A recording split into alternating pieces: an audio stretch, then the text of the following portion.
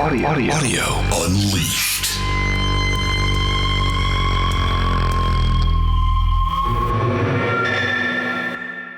Okay. Our theme for today is making it happen. We just need to standardize some sort of intro. What was the wrestle thing? Let's get ready to rumble. We could be like, yeah, but we're not rumbling. We're not rumbling. You and I don't rumble. I kind of rumble and you kind of grumble. Yeah. Okay.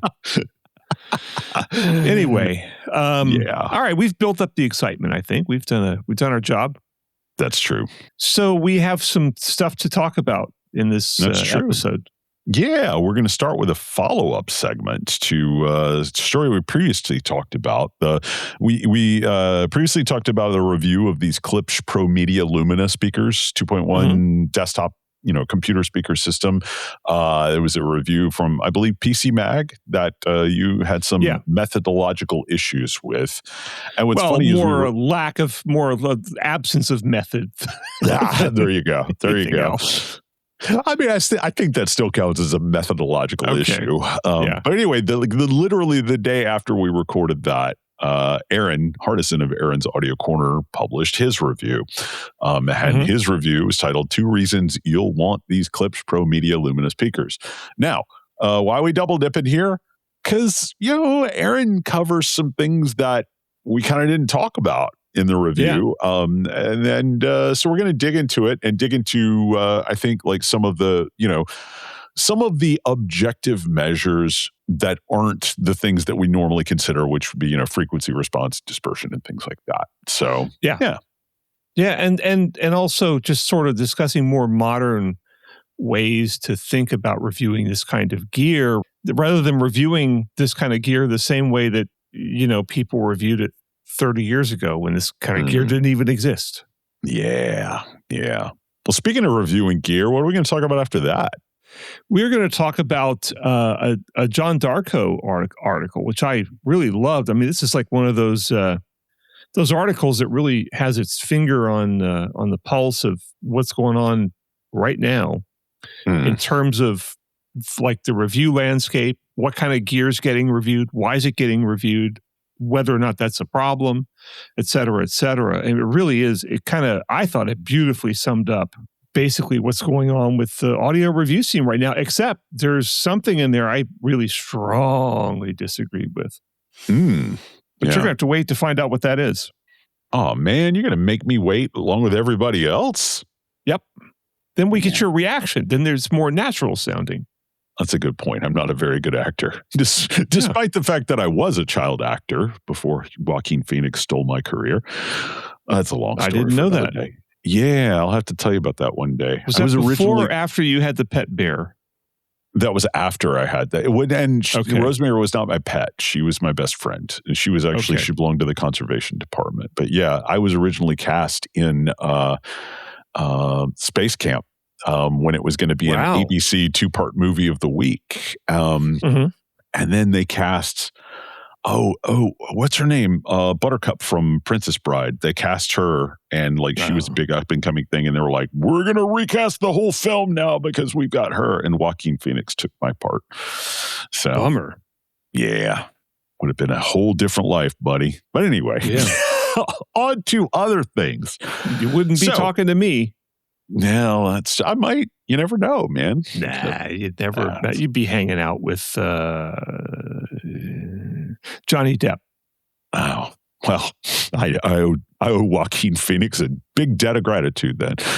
So, anyway, all right. Yeah. After that, we're going to talk about an article from Audio Express. Apple introduces AirPods Max 2 with H2 processor and advanced computational audio. And if you're wondering why such things are in the headline, I think it's because Apple didn't give them a lot else to talk about here. Although there's some interesting details in the way they're pitching this headphone that we're going to dig into and talk about, especially with regard to its USB-C mode and its active noise cancellation. I'm going to be listening a lot with this one, although I do have a little anecdote I'll share to kick us off. But predictably, predictably. It's Apple. So every tech outlet, Apple, new Apple, new Apple, Yeah. And although, to be fair, that's what gets the readership. Yeah.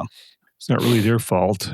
But after that, we're going to do a Patreon segment. And it's actually not about an article per se, but it's about a LinkedIn post that Sean Olive made.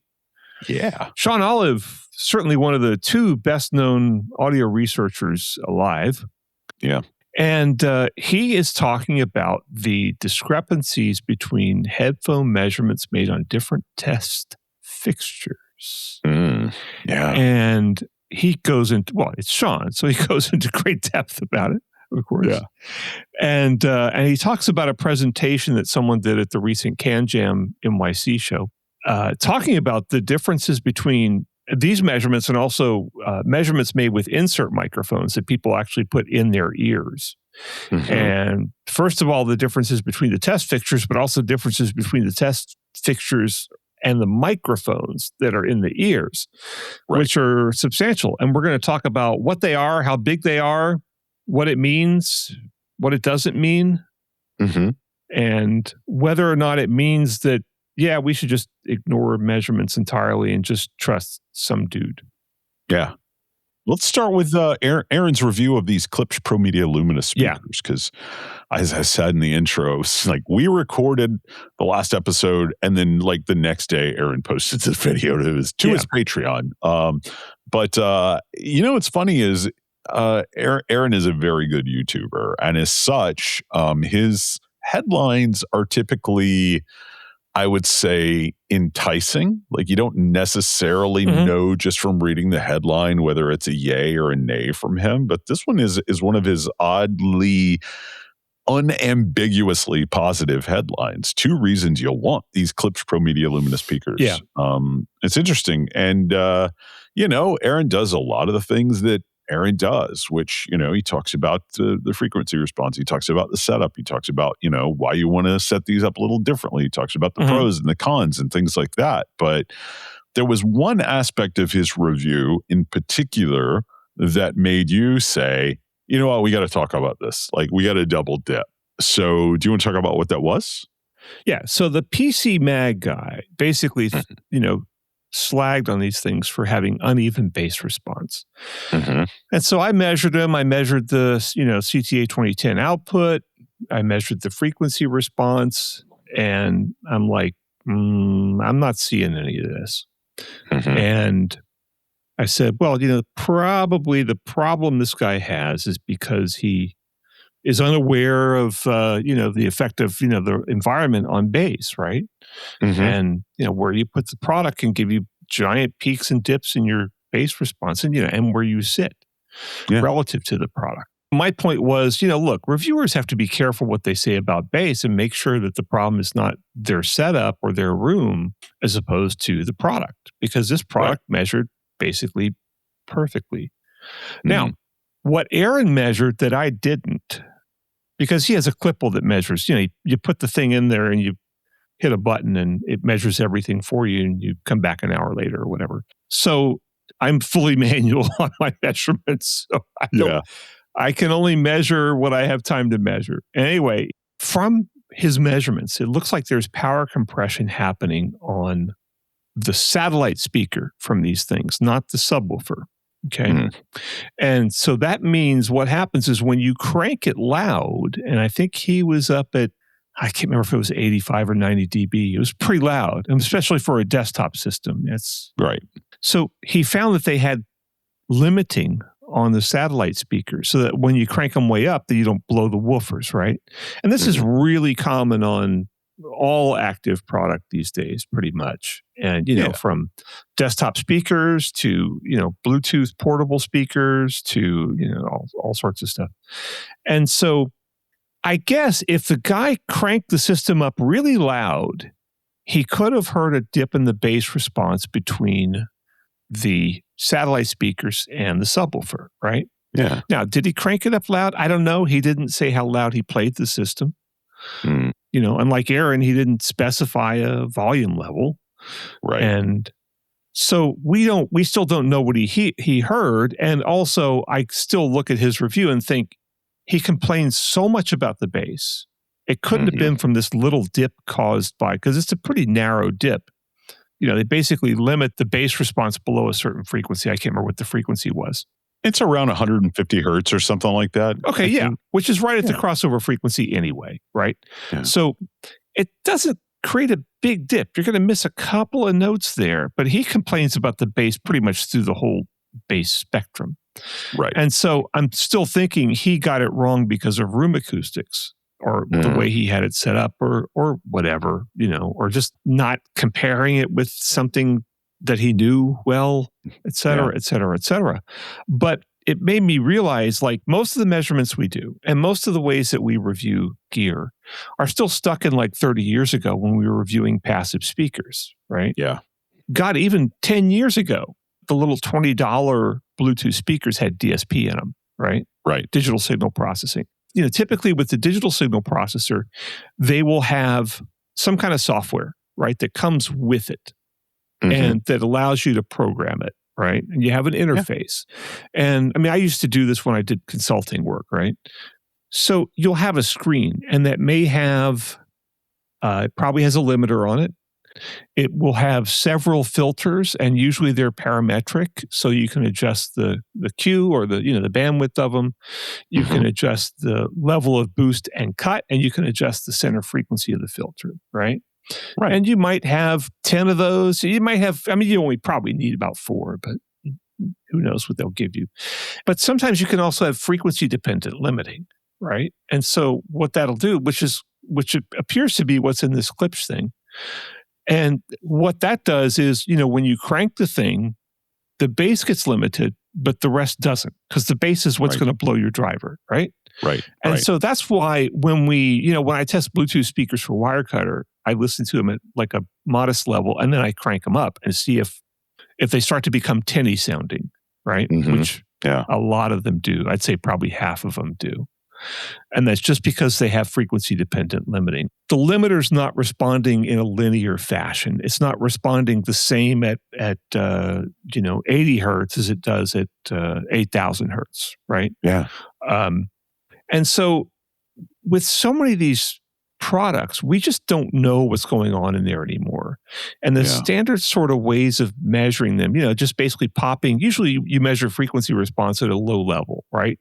I mean, in the case of what I did with these, I close mic'd them because I was sitting here in my lab, which is where I record this lovely podcast, and it's just full of stuff, and I can't do like a legitimate quasi-anechoic measurement here, so I just close mic the woofer and close mic the subwoofer, right? And which is fine. If you want to see what the crossover is doing, that's the right way to do it.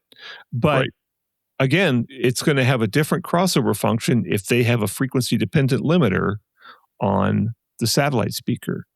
Yeah.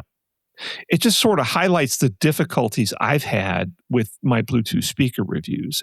It's changing the way these things work at different volume levels. And, so some of the science doesn't apply anymore. And I've actually done some of my own seat of the pants research on this. There is a standard, I think it's called AES 75, that came out that Meyer Sound developed for PA speakers, right? And I tried to apply it to Bluetooth speakers, and I tried a company called Eclipse Audio has software you can get that's free that does it. And I basically tried measuring some Bluetooth speakers with it, and the software basically said, we don't recognize this as a speaker because it just wasn't designed to measure at low levels, and it wasn't designed to measure speakers that are that unflat. Yeah. And then I kind of tried, but you can sort of do the measurement manually. You run a frequency response sweep on the product, right? And then you turn the level up 3 dB, you run another frequency response sweep, and you keep going up until the shape of the frequency response changes. Usually what's going to happen is the bass is going to start to get limited. Yeah. And sometimes also the treble output can increase because of distortion, right? You're getting all these extra harmonics in there.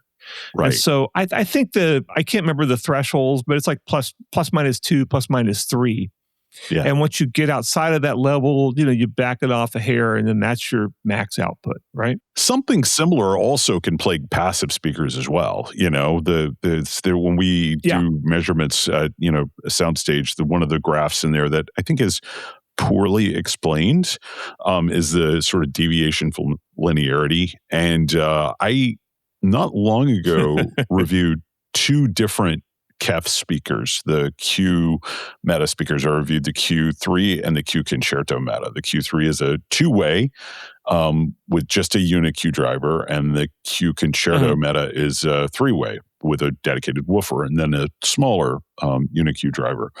And if you just look at the frequency response of these two speakers, with the Q3, there's a little bit of wiggliness going on around 1K or something like that. But they're very similar looking speakers if you just look at the frequency response graph. But I liked one of them and I didn't like the other. And then when I was doing the review, I was like, I bet when we get the measurements back of the Q Concerto Meta, that linearity graph's going to look a whole lot better, because I think the problem with the Q3 Meta was just a lot of compression, and the woofer part of the UniQ driver. So the deviation from linearity, what does that mean? I mean, it's basically what we're talking about here is like as you increase the volume, what is the difference in the frequency response? Like where do those, at what frequency do the deviations from the lower level frequency response that you measured take place? So, basically as you turn up the volume, which frequencies are going to sound different? But, I did all that work on the Bluetooth speakers, and I finally got the measurement to work. And I'm like, oh, great. I'm seeing the power compression. Great. I'm seeing the rise in distortion, and it breaks the threshold, and that's the level. And this one's 85 dB. And I'm measuring another one, and this one's like 88 dB. And I did a few of them like that. And then I did a subjective comparison, and it didn't hold up. I was so bummed. It did not square with my subjective impressions. What was it? How did it not square? One that was supposed to be louder than the other did not sound louder than the other. If it doesn't square with subjective impressions, what's the point? Yeah. Was it like a LUFS thing, you think? Or like a I don't know. A loudness contour kind of thing? Or? Maybe. I just don't know. And, I guess, again, it's a thing that was designed for PA speakers. And so I'm trying to apply it to little, $30, $50, $100 speakers. And it just didn't work. All right, buddy. Well, I think we've pretty much run this into the ground. You want to take a break, get a drink of water, and come back and talk about Darko? Let's do it. All right. We'll be right back, y'all.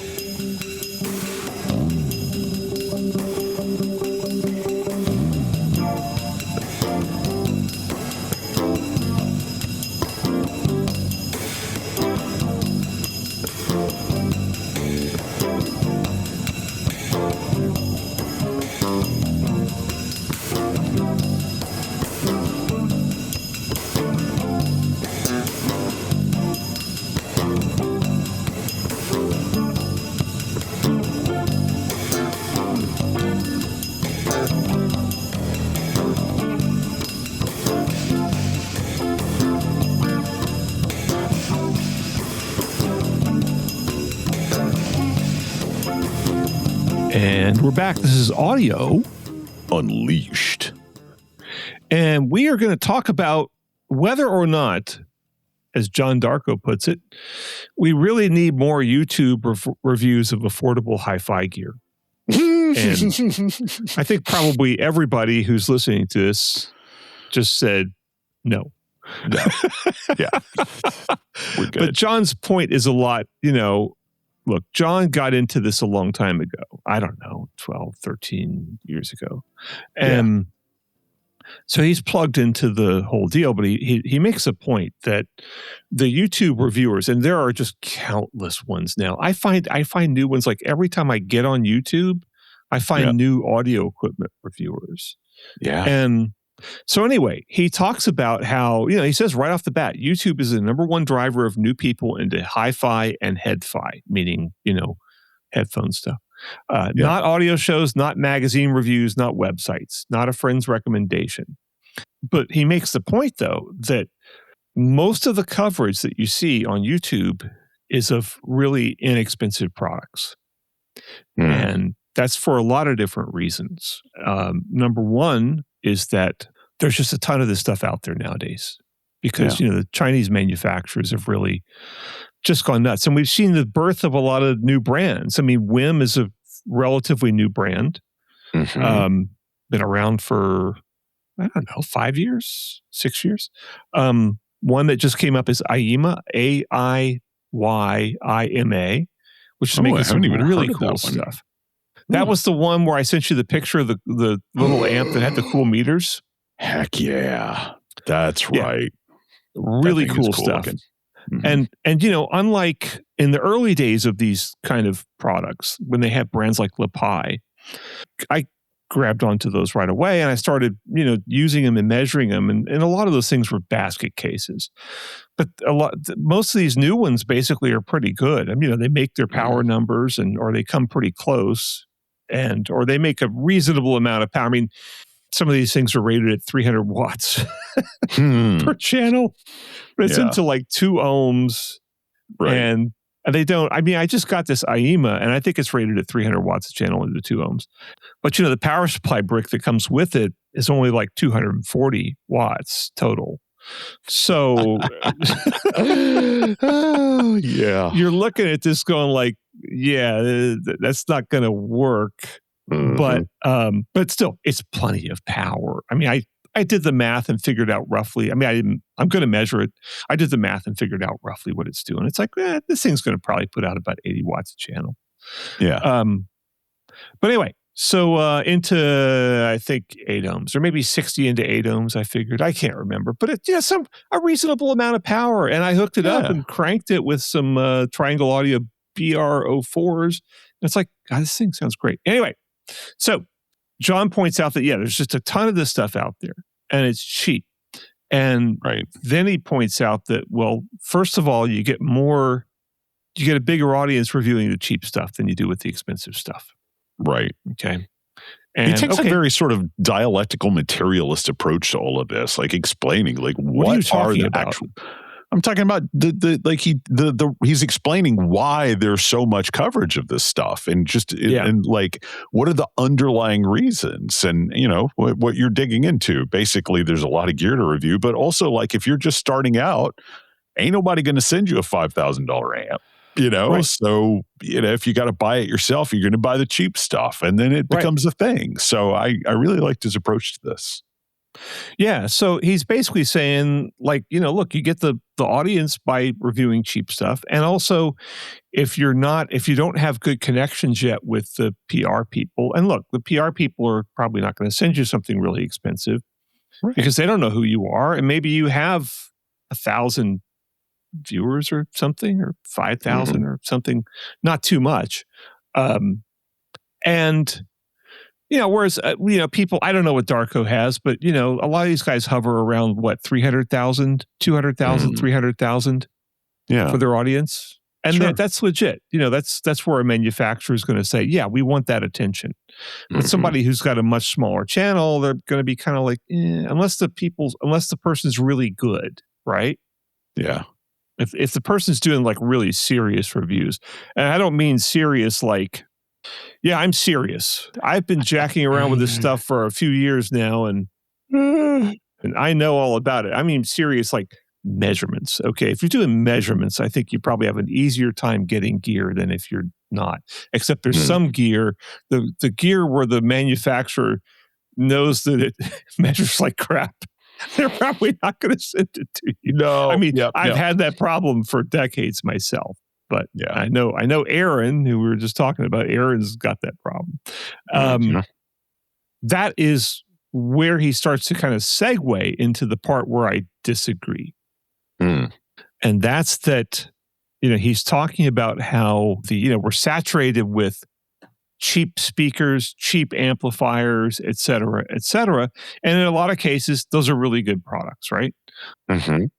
But we're just getting like a whole bunch of that stuff and not the expensive stuff. And, the problem is that manufacturers will not, let's say Parasound or NAD is probably not going to send somebody a $3,000 amplifier, right?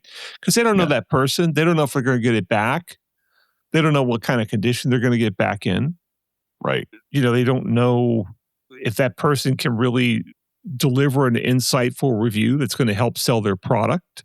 Mm-hmm. And I know definitely that there are some websites where getting the free gear or the quote unquote long-term loan gear was basically part of the payment. Oh, yeah. Yeah.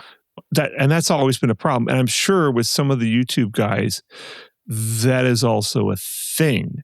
But where I really disagree with John is he kind of makes the case that these newer reviewers don't have the experience to review a $5,000 DAC or something, right? Right. And as if the guy writing for the Absolute Sound or Stereophile somehow has all this expertise and is capable of judging a $5,000 DAC. And also because there's this perception in high-end audio and high-end reviewing certainly that if you have a $5,000 amp, well, then you need to have a $4,000 or $5,000 preamp.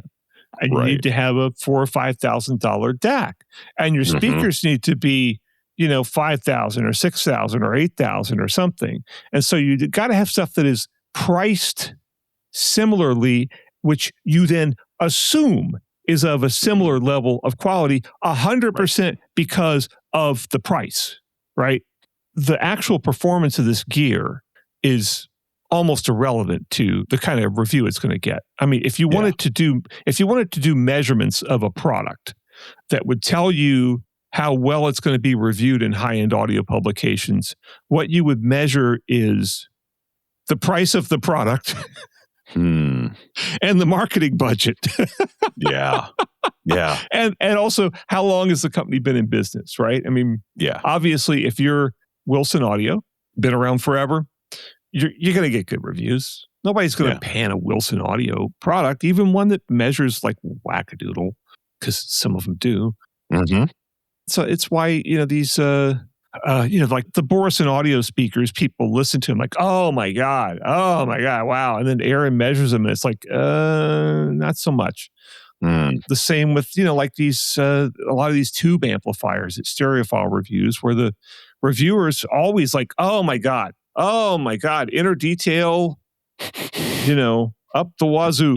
And and then Atkinson measures it and it's like, well, I don't know about that, but it's got like substantial bass roll off, substantial treble roll off.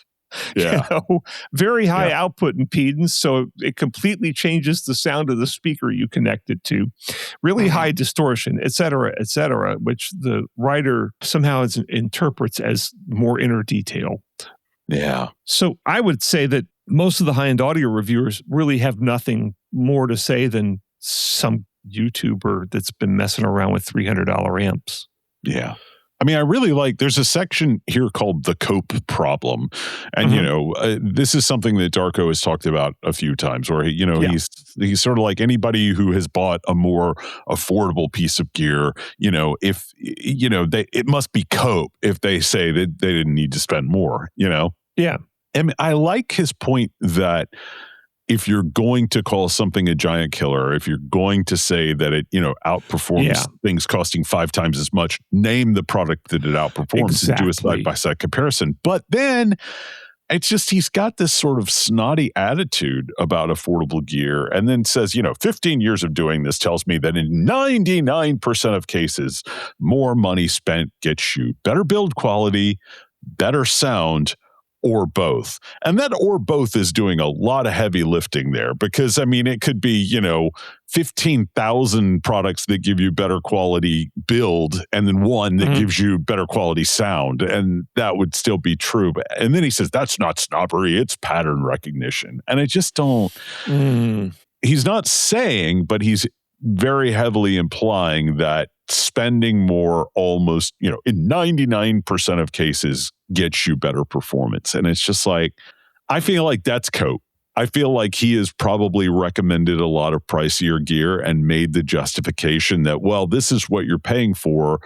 And that's cope on his part now that he's got to make this case that, and look, you and I have said before, I mean, what were the amps that we were talking about a couple of episodes ago? They're like, I don't know, $500,000 or something like that. And I'm like, the Goldmans, I think. Yeah. The Goldman Telos 8000s or something. If I was an oligarch, I had got to say I would have those amps, but I wouldn't claim that they, under similar conditions sound better. It's just kind of like, I like nice things, man, and if I had the money to spend, but he's falling into the trap that you detailed before, this assumption that spending more gets you better sonic performance. And I feel like that's a sort of cope on Darko's part that he's not admitting. Yeah, and also the assumption that the high-end audio writers who have been casually jacking around with this stuff for a lot longer than most people have been casually jacking around with it are somehow better qualified to judge, whether a $300 amp is better than a $3,000 amp. I mean, this IEMA thing I have is, I want to say it's like $180 or something like that, right? Oh, wow. Okay, wow. It performs substantially better than the Western Electric $8,000 single-ended tube amp that Stereophile reviewed a while back, right? Mm-hmm. There's no question. It's got flat frequency response. I mean, I'm assuming it does, right? I measured one of their other amps, which is, it's down on the floor right in front of me, of course. And 10,000 other things are down on the floor in front of me, so don't get too excited. And flat frequency response, if it doesn't make its output numbers, at least it makes a reasonable output into 8 ohms and a reasonable output into 4 ohms, right? And it has a relatively low output impedance, so it doesn't change the sound of your speakers, and it's a perfectly fine amplifier. But because it doesn't cost $8,000, it's not going to get reviewed in Stereophile, and the writer's going to assume the $8,000 one's better, whereas not by any kind of assessment at all, except for magical hoo-ha, kind of like, inner detail, whatever. And micro dynamics. Is it macro or microdynamics? Microdynamics, microdynamics. Yeah, okay. Sorry, I get my total BS audiophile jargon mixed up.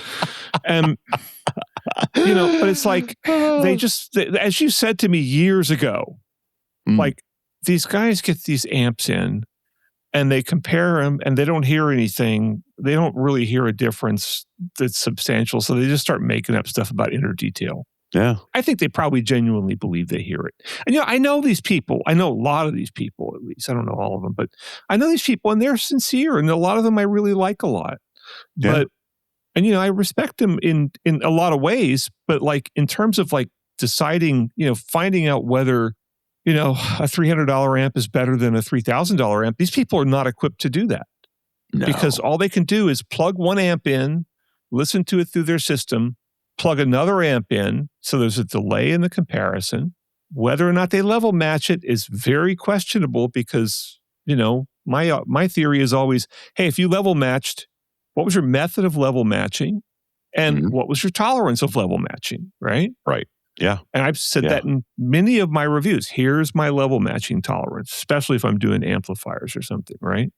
Yeah. And they never say that. And it's like, they know the price of the product. They know that it's, this is a $3,000 amp. This is a $300 amp. Whereas if you did a blind A/B, would they consistently prefer the $3,000 amp? I don't know. Yeah. Neither do they. They don't know either. Yeah. Imagine how many of these reviews would be improved simply by the reviewer understanding Ohm's law. A lot. I'm dead serious. I mean, it's just, because I feel like, and this is something I've said before, I know, but I feel like if they just understood how an amplifier works, they would be better positioned to listen for the things that can actually go wrong with an amp, or not even go wrong necessarily, but maybe the choices that you have to make when value engineering, just the things that, like you said, like the output impedance, but also the current, right? Things like that, and power supplies and why they matter. And I just think that so many of these reviews would be radically different if these guys would just spend half an hour learning how an amplifier actually works. Yeah. But, and, I still remember I read, Douglas Self probably has a couple books on amps, but I read, one of, audio amplifiers, whatever. And, 30 years ago. I think that was one of the first Christmas gifts you ever gave me. Oh, cool. Okay. Yeah. And he's like, all right, look, this stuff is really straightforward. Here's how, standard Class A/B amp works. And the designs can vary, but this is basically the way they all work. It's a 3-stage amplifier. You have your input stage, you have your gain stage, you have your output stage, right? Yeah. And I thought it was a bunch of mystery meat done by guys in like capes with magic wands and mystical masters who have an intuitive understanding of amp design they've developed over the years. And these are these mystical, magical guys, but no. It's kind of a lot of this. It's kind of just a lot of the same stuff. And there are people who deviate from it and all that kind of thing. But it's like, oh boy, so much of it's the same.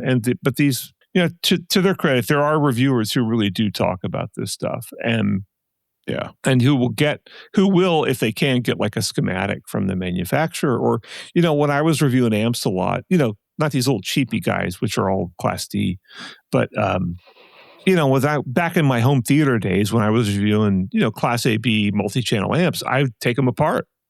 Yeah. And I knew enough about circuit design to be like, oh, okay, here's how this thing works.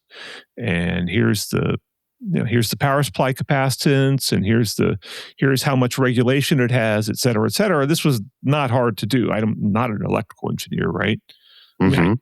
Technically, I have built a couple of amps.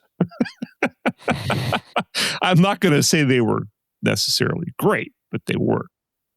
There's just so much of this stuff that is just a bunch of baloney. And the notion that some of these guys are somehow more capable of reviewing a $3,000 amp than one of these YouTube people is, well, no, they just know where their bread's buttered, Yeah.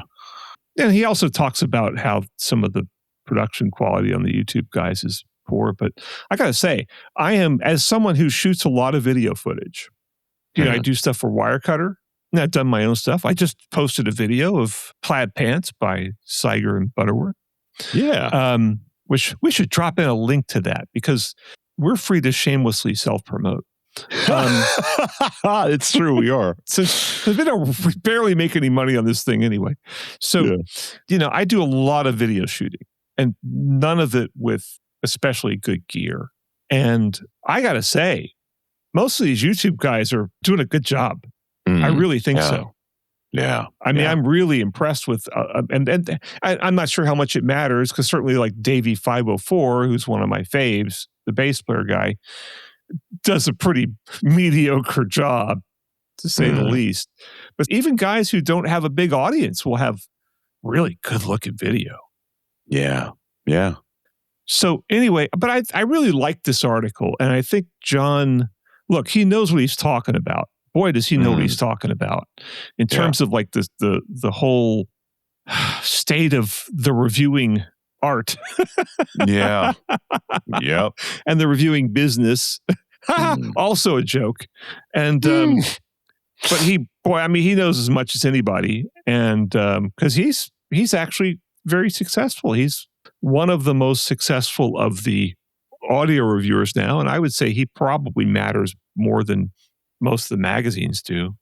Yeah. I mean, he's really engaging, it's yeah.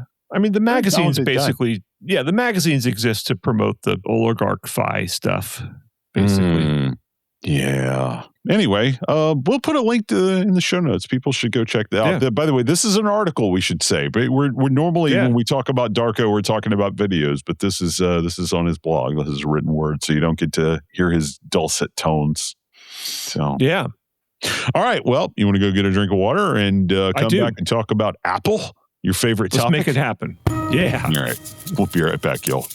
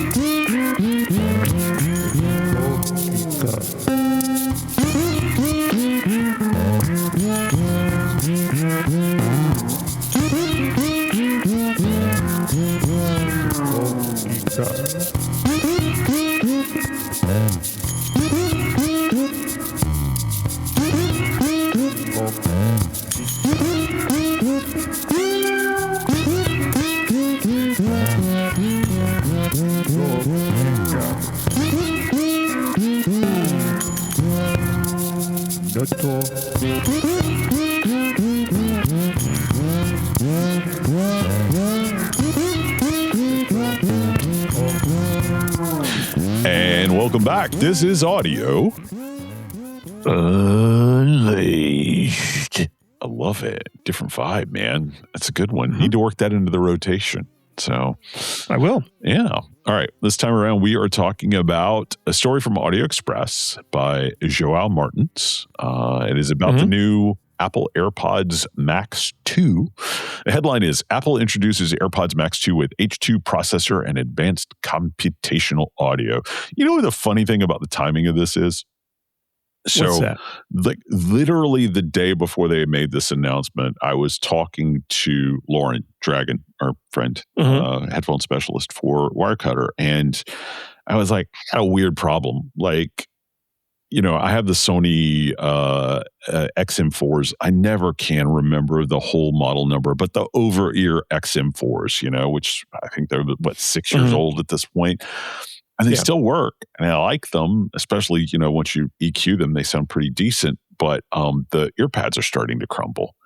But again, they're 6 years old, so it's like, I was telling her, I was like, do I go spend $50 on some nice Dakoni pads to replace them when I'm knowing that the battery is probably going to be dead within a year anyway? Yeah. Or do I just save up for those, the AirPods Max that I wish I could get? Because I like a lot of the Apple functionality, especially when using Apple Music, and I like the adaptive stuff and all of that. Sometimes I just don't want to wear my AirPods Pro 2 because my skin just dissolves ear tips, right?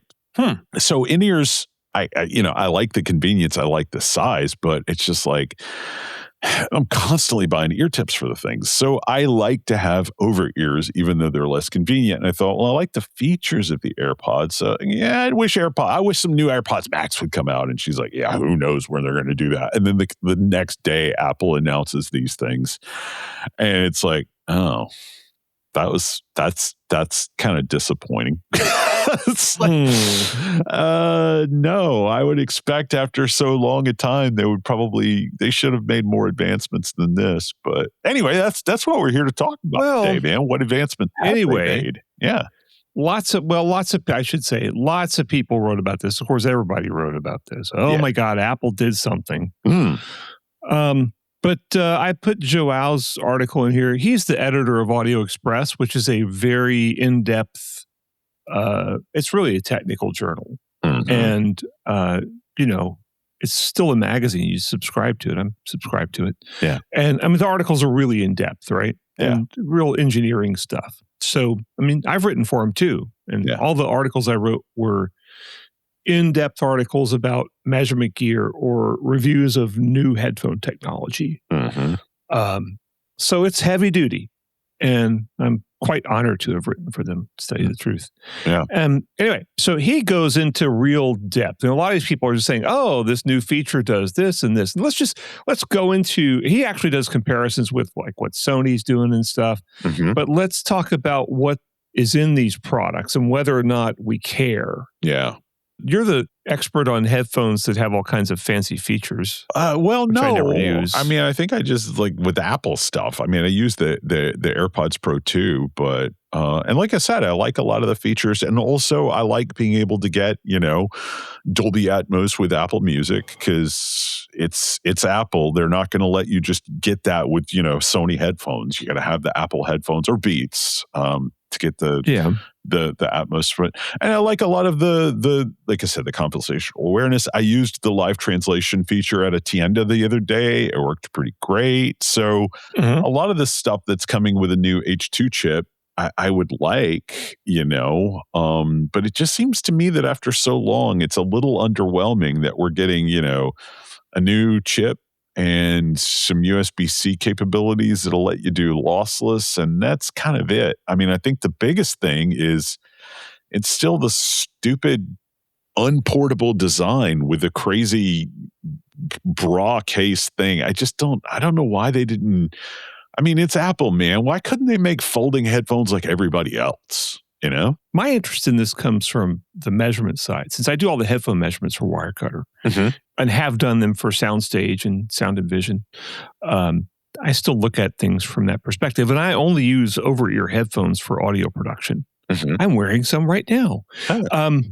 Same. For my actual listening, I use, true wireless earphones. Right. And I have a couple of good pairs of headphones I listen to like once a year. I'm just kind of not into it anymore. But anyway, but from a measurement standpoint, I am very curious about these for reasons we'll discuss in a little bit. But, and also, I have a rule. I don't review smart features and stuff. Okay. Because it's a moving target? Well, no, because I have my own areas of expertise. There's other people that are really into that stuff. And also it's a lot more tick boxy, if that makes sense. Yeah, it does. I'm into things where it's like, it's on some kind of a sliding scale. Where it's like so much of this stuff is like, well, does it have this feature? Does it have this feature? Does it have this feature? Does it have this feature? Yeah. The product it looks the same, doesn't it? I mean, it looks identical. I think it even weighs the exact same. So, but as Joao points out, the Sony is like $100 less, I think, and the Sony does have some advantages: longer battery life. It has LDAC if you care about that, which could be a little bit of an advantage. The Sony's lighter, arguably less bulky. But, then the Apple has all these smart things that the Sony doesn't have. Although one thing that really struck me as weird is that, it's got a USB-C connection, right? Lossless connection. So you can plug it into your computer and use it to monitor your mixes. So with Logic Pro, Apple Logic Pro, you can do Atmos mixes. And they are, I guess, accurately simulated with the headphones. However, Atmos through headphones is still 2 drivers. Yeah. Okay. People have tried to do multi-driver headphones to simulate surround sound, but I actually worked on a consulting project for some of those a long, long time ago, like 10 years ago, and I thought they were pretty good, and it disappeared. Yeah. An engineer flew all the way over from Asia just to demo these headphones for me and flew back. I was kind of like, are you serious? Wow. You cared that much about my opinion? Yeah. But anyway, what kind of is weird to me is like they're kind of pitching these for professional audio production. I mean, granted, professional audio production is kind of always changing, and the meaning of that is constantly changing. And people do podcasts, there's a lot more video work nowadays than there used to be because of YouTube. And, there's a lot more, the whole creator economy, or the creator, maybe I shouldn't call it an economy. It's an economy for the lucky few. For most of it's just a passion. Yeah. With the creator economy, I guess it makes some sense. But, I've heard these headphones, and to me, they are a little soft sounding. I can't, I have actually measured the original ones. There's nothing in any of the press releases that suggests to me that they've changed the frequency response. And the original ones, I thought they were a little dull sounding, and Lauren thought they were a little dull sounding too. They're good. They're enjoyable to listen to, but they're not, if I mix, I'm mixing on AKG K371s. Yeah. Yeah. Right. Because that also translates, those sound, by design, those sound very, very much like my JBL Pro monitors that I use. Yeah. And so I can mix on those, and I know if and when I switch over to the full monitors, which I only ever do when I'm doing a serious music production. Other than that, it's just not needed. I know that it will translate from the K371s. Whereas with these Apple things, it's kind of like, and also, I mixed the Audiophile Society headphone test disc, which has Atmos stuff on it, right? Stuff that is, produced in Atmos and down mixed to 2-channel for headphones. Right.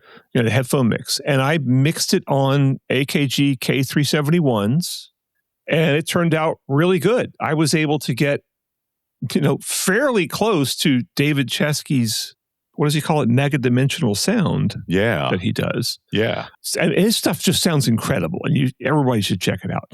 But, and I said, hey, can I try to see if I can recreate what you do with Atmos? And he said, sure. So he sent me all the individual tracks of one of his tunes. And I sat there for hours trying to recreate what he did. I still couldn't, but I got pretty close. And I captured the spirit of it. Not quite the sense, not as much of maybe 75% of the sense of envelopment. But I did it with AKGs. And something people too often forget is the monitors that you use do not affect the sound quality of the signal. They might affect your decisions that you make when you're processing the signal, and you're doing your EQ, you're doing your compression, whatever. But they don't affect the signal itself. Yeah. And so you can monitor through a $10 Bluetooth speaker and still have a really exceptional recording. Yeah. Yeah. My friend John Kellogg, who, ex Dolby, ex DTS, he told me that a lot of sound engineers in LA will not necessarily mix on AirPods Pro 2, but at least go through one monitoring run with those, because they figure that's the thing that most people are going to listen to, or at least it's very similar to what most people will listen to. And it's the same way that people used Auratone speakers back in the 70s, little like 4-inch, single driver speakers in a little tiny cube cabinet, because, did it sound, the speakers in the 70s sounded wildly different. Yeah. Because there was not much engineering or science behind them. But, maybe they just figured, if I mix it for a crappy speaker, it'll be good. But, maybe it's the modern equivalent of the car test, Yeah, it is, I guess. And so I guess you could mix on these, but I wouldn't. I'm stuck on AKG K371s. Yeah. So. And I'm using the K361s. So. Okay. That's why my mixes are better than yours. That's probably why. I was going to say that's definitely the reason. No, it's because I spend half as much time on them. So I don't fuss. I got a real question for you, buddy. Here's the thing that everybody wants to know. What the heck does 1.5x more effective active noise cancellation mean? It's not the first time I've seen someone say this, right? Yeah. Manufacturers say, it's twice as good. It's 1.5 times as good. And they never explain what that means, right? And there's a few different things it can mean. If like twice the sound power is, if you put two speakers that are playing the same material next to each other, it's 60 that are at the same level, it's 6 dB louder. Okay. So twice the sound power level. 1.5x is a 3.5 dB difference. And I suspect that's probably what it is. Because, the marketing people use this because it's like, well, that sounds better, right? And they want something that sounds impressive. And people don't know what 3.5 dB is, although they don't know what 1.5x better is either, but it sounds better, right? Yeah. If it's so twice as loud is 10 dB, subjectively, right? Yeah. So 1.5 times that is 5.3 dB. And we're working in decibels here. We're working logarithmic. Yep. So that's why these figures, that's why 1.5 times, 10 dB is not, 15 dB. Right. So anyway, it's 5.3 dB improvement. These things, I should say, the original version of these had, I think it's still the best noise canceling I've ever measured.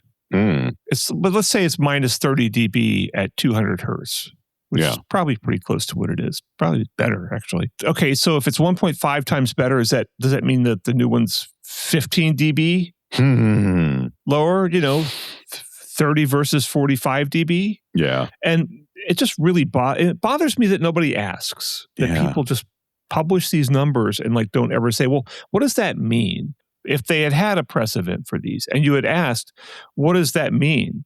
They'd have been, well, what do you think they would have said? I don't know, man. Probably a bunch of pretty sounding words that didn't add up to much about a qualitative experience of our listeners and their interaction with the world and the space around them is 1.5 times better. And if you'd have asked them, well, is there a different frequency response weighting of the active noise cancellation? They would have been like, we're more focused on a holistic blah, blah, blah. It's just. Exactly. They'd say like, well, it's 1.5 times better from a subjective standpoint. Yeah. You'd be like, well, what does that mean? Yeah. And, they just give you the runaround. Yeah. And then if you were, the best they would do is say, well, we'll check on that and get back to you. Then they'd never get back to you.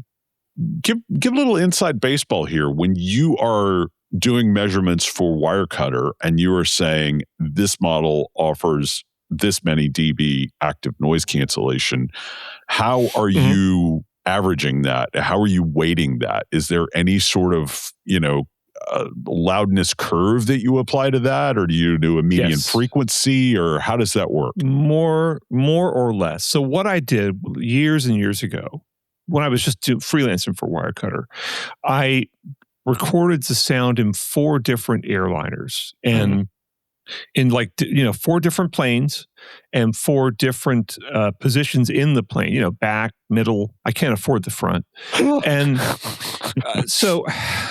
but anyway, I got like 4 different recordings and I just blended them all together and then I measured the spectrum of that, right? And I found that, airplane noise is the noise you get in the cabin. It's like 100 hertz up to, I think 1,000 or 1,100 or something. We go up. So Wirecutter, we go 100 hertz to 1280 hertz because that's what you measure that in third octaves according to the IEC standard.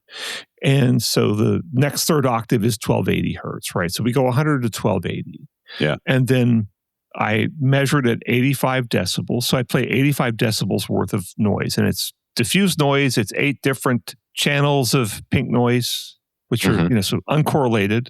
And through 8 different speakers all around my room with a subwoofer, I average the amount of noise reduction below, 85 dB. So if it gets down to minus 65, that's minus 20, right? Yeah.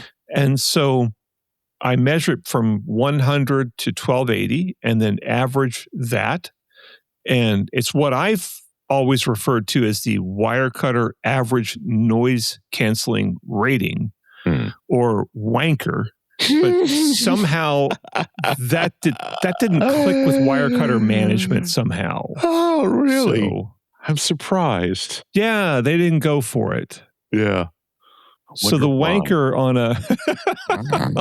on a good headphone might be, on a really good noise canceling headphone might be minus 20 or something. Yeah. On really crummy ones, it's like minus 7, minus 8, because there are a lot of noise canceling headphones that barely work. The really cheap ones, very few of them work. I mean, Soundcore is an exception. Their stuff is competitive with Bose and Sony and Apple.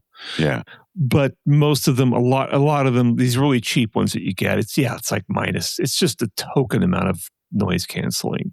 Yeah. And so I came up with those numbers and we did a subjective test, blind subjective test of different headphones and, just to see how people perceive the noise canceling. And it did square up with the wanker rating. So the nice thing is it's a simple rating. And I've done an article about, companies like Head Acoustics have gone way beyond this in terms of measuring different kinds of noise and different kinds of things that it might cancel and the effects of, the headphones on voice, canceling out voices, canceling out, jackhammers and things like that. Yeah. And, they can run a really complicated set of measurements. I'm sure they could distill it down to one number. They probably wouldn't want to. But, that one number kind of tells you what the headphones are doing. Yeah. Yeah. And I can't remember what it is for the original AirPods Max, but I will be apparently measuring the AirPods Max 2 pretty soon. And we'll find out if I'm sure it's 3.5 dB better. Yeah. Roughly. Yeah. Oh, man. We'll find out, though. We somehow overlooked the biggest upgrade of all, man. Due to the reliance on the H2 chip, you can now activate Siri on these things by simply saying Siri instead of Hey Siri. I'm sold. Wow. I'm making sarcasm, but anyway, I think we've pretty much run this one into the ground, buddy. Yeah. You want to do some credits so we can go make our patrons happy? Yeah, I think, am I editing this? You are. It's your turn. You drew the short straw. Okay, there's a good chance I'll do a new piece of music for this because I've been messing around with a couple of effects boxes and found some cool things in there I didn't know existed. So maybe I'll do. I'm inspired by Engine de Poutine or whatever it's called. So nice. This makes me happy. Are you going to wear a funky mask while you're doing it?